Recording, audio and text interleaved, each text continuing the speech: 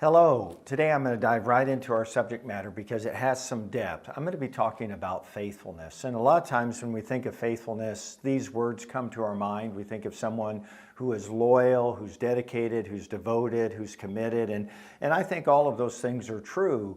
But I want us to consider faithfulness in light of what Jesus taught. In Matthew's Gospel, chapter 25, if you start in the 14th verse and read down through the 30th verse, it's the story of the parable of the talents. And Jesus is sharing with them that, I gave someone 5 talents, someone 2, someone 1. So everyone received something. Everyone was the benefactor of God's benevolence, and everyone got something. And then it all began, all right?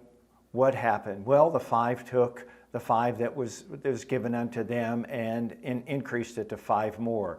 And then the 2, the one that received 2, took the 2, put it into use, and it increased and brought fruit.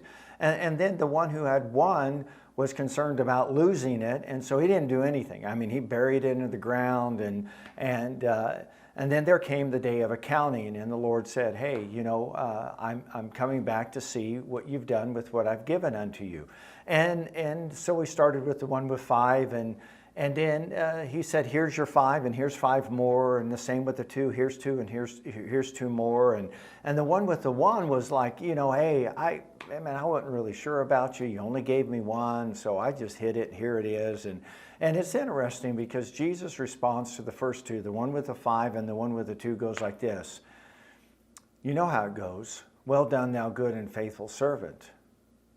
You've been faithful with a few things, I'll make you ruler over much. Enter into the joy of the Lord.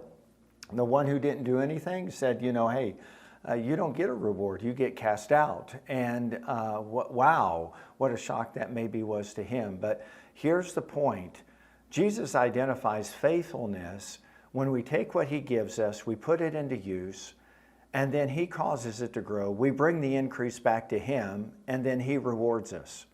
So do you get it? Do you get it? Do you see the picture? Faithfulness is loyalty, it's commitment, it's devotion, it's dedication, but it's also increase. It's taking what God's given unto us, putting it into use, allowing God to grow it, and then we return it back to him and he rewards us. All right, another way that faithfulness is defined in Scripture is Luke's Gospel, chapter 16. You can read from the 10th through the 13th verse, and it's found in 3 ways: in small things, in practical things, in things not your own. That's how God identifies when we're being faithful.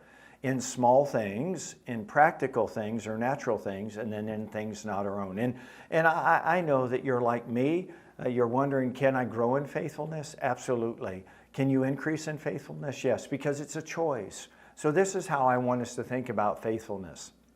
I want us to think about it in this way. All right, here it is. It's a character quality that's developed by our choices. It's a character quality that's developed by our choices. We're known by our choices. So let's make good choices. I want to encourage you with this. Keep your word. All right, be a man or woman of your word. Don't take shortcuts. Keep your hand to the plow, and one day you're going to hear, well done, thou good and faithful servant. God bless you. Have a great day.